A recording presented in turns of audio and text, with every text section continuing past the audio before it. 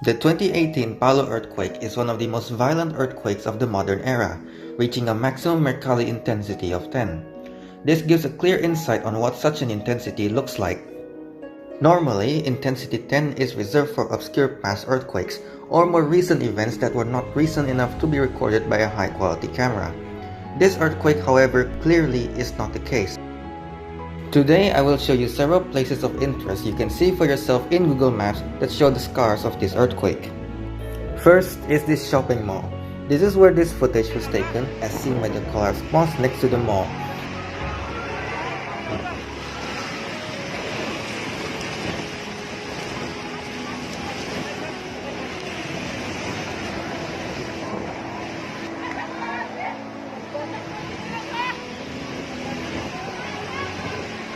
Notice the bend on the road after the earthquake.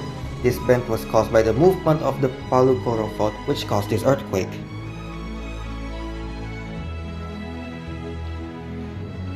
Second is this place about 2 kilometers south. There are two places of interest here, being this bend on the road and this suspiciously empty piece of land. The bend on the road, to no one's surprise, is caused by movement of said fault. There's even a sign on it, and probably the most visually dramatic and clear examples of surface faulting in the Palu earthquake. The empty piece of land here you see used to be densely populated. That is until the earthquake triggered one of the most severe examples of ground liquefaction in history, where the ground literally flowed. There are two other places where large-scale mudflows from liquefaction occurred. This place in particular is where this footage was taken.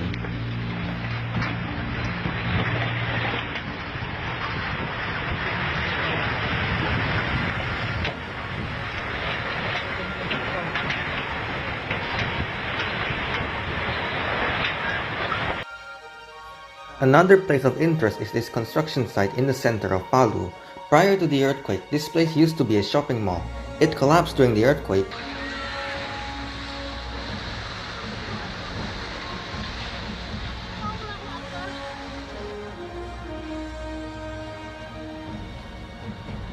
And a new one is currently being built. This is the mouth of the Palu River. These pieces of elevated road suggest that the bridge used to span this river. Moving back to 2018, just before the earthquake, a bridge indeed existed. It collapsed during the earthquake, and along with the severe ground deformation caused by the earthquake, gave this event a maximum Mercalli intensity of 10.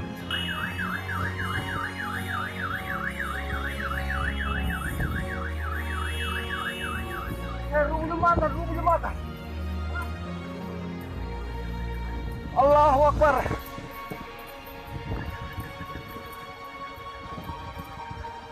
Allahu Akbar. Ya Allah. Allahu Akbar. Wasam. On a more light-hearted note, let's see some places that show the more positive recovery sides of this disaster. This is the floating mosque. It used to be a proper mosque where you could actually go inside. While the mosque is no longer in operation, it does serve a more symbolic purpose. Then there's this housing complex on the side of the mountains at the edge of Palu. These are homes for people who have lost their previous homes in the disaster. There's probably more I did not mention in this video, that's for you to explore.